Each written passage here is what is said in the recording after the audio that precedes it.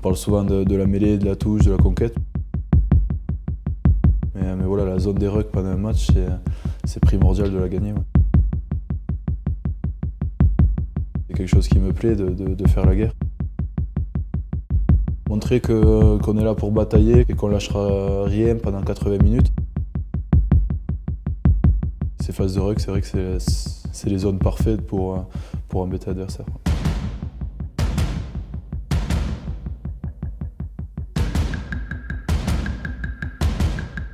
La clé première, c'est de scanner la situation. Si on scanne bien, normalement, c'est facile de gratter un ballon.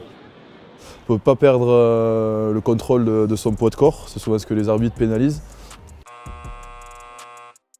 Il faut être sur ses appuis, donc c'est simple, c'est soit, ça c'est les petits conseils de Sean Edwards, lui il conseille toujours de toucher le joueur et ensuite d'aller jouer le ballon, comme ça ralentit le poids de corps. Donc il y a plusieurs situations, il y a s'il a le ballon proche, s'il a le ballon près de lui, donc contre le corps, c'est là où par exemple on va carrément aller au contest. Et donc souvent c'est utiliser ses tibias et on utilise ce levier comme ça pour vraiment essayer de tirer le ballon. Donc ça c'est important pour se ralentir avant d'aller attaquer le ballon, plutôt avec les genoux. Bon, quand je dis les genoux, c'est pas venir mettre un coup de genou, loin de là, c'est juste s'appuyer pour pouvoir contester.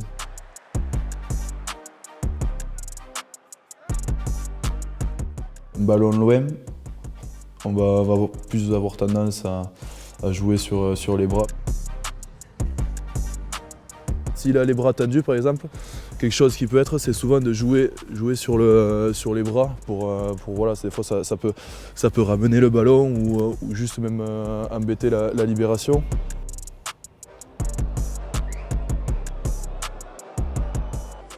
Mes qualités propres, je pense que déjà je suis pas très grand. Plus on est grand, bien sûr, plus on a le centre de gravité qui est haut et plus c'est dur. Sur le grattage, on est quand même statique, c'est vraiment du gainage et plus de la technique, j'ai envie de dire. Il faut être plutôt bas, près du sol. C'est du lactique, c'est sur les jambes et ça prend une énergie, beaucoup d'énergie. Il faut être stable sur les jambes, donc les pieds, quoi. Surtout les pieds et les chevilles, être stable. Après, tu as tout ce qui est bien sûr l'arrière, ischio, fessier, et après, tu as les bras, parce qu'il faut quand même tirer sur le ballon. Parce que le geste premier, c'est de tirer, de récupérer le ballon, c'est pas de rester sur la zone comme ça pour attendre une pénalité, quoi.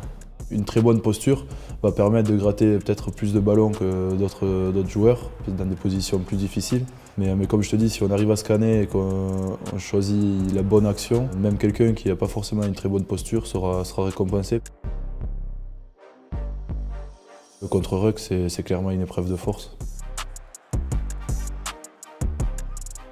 C'est un bras de fer entre eux et nous, et c'est à celui qui va pousser le plus fort, j'aime dire. Le but, c'est de gagner un ballon, soit à la poussée, ou de rendre la tâche difficile à l'adversaire, c'est-à-dire avoir une libération de balle longue et chaotique, ou avoir beaucoup de joueurs adverses dans le ruck pour garder le ballon.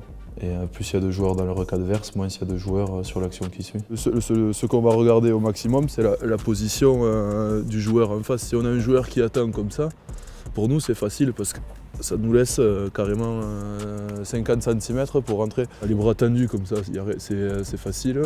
Ou alors comme ça c'est des positions qui, quand on joue en face, on sait qu'il faut y aller.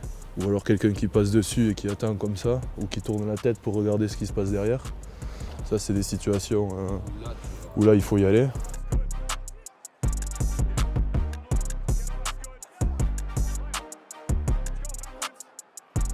S'il se baisse est beaucoup plus bas, on voit que c'est des situations où on va avoir tendance à venir au-dessus comme ça et c'est beaucoup plus dur pour nous de contre-rucker une situation comme ça. Quelqu'un qui est ancré de suite en bas comme ça, mais on sait que ça peut être très dur, quoi. Là, ça sert à rien d'y aller parce que la porte est fermée, quoi. C'est dur et ça demande trop d'énergie pour le résultat qui n'est pas positif, quoi. C'est très intense, c'est très court, c'est quelques secondes. Mais c'est quelques secondes où on essaye d'envoyer le plus de watts possible et de donner tout ce qu'on a. Pas vraiment de technique, on voit souvent en top 14 des gens tirer sur les rucks, c'est pas trop autorisé. Déjà, il y a la tête, Donc il faut faire attention, on ne peut pas impacter au niveau de la tête. C'est essayer de se baisser au maximum, de passer les épaules dessous.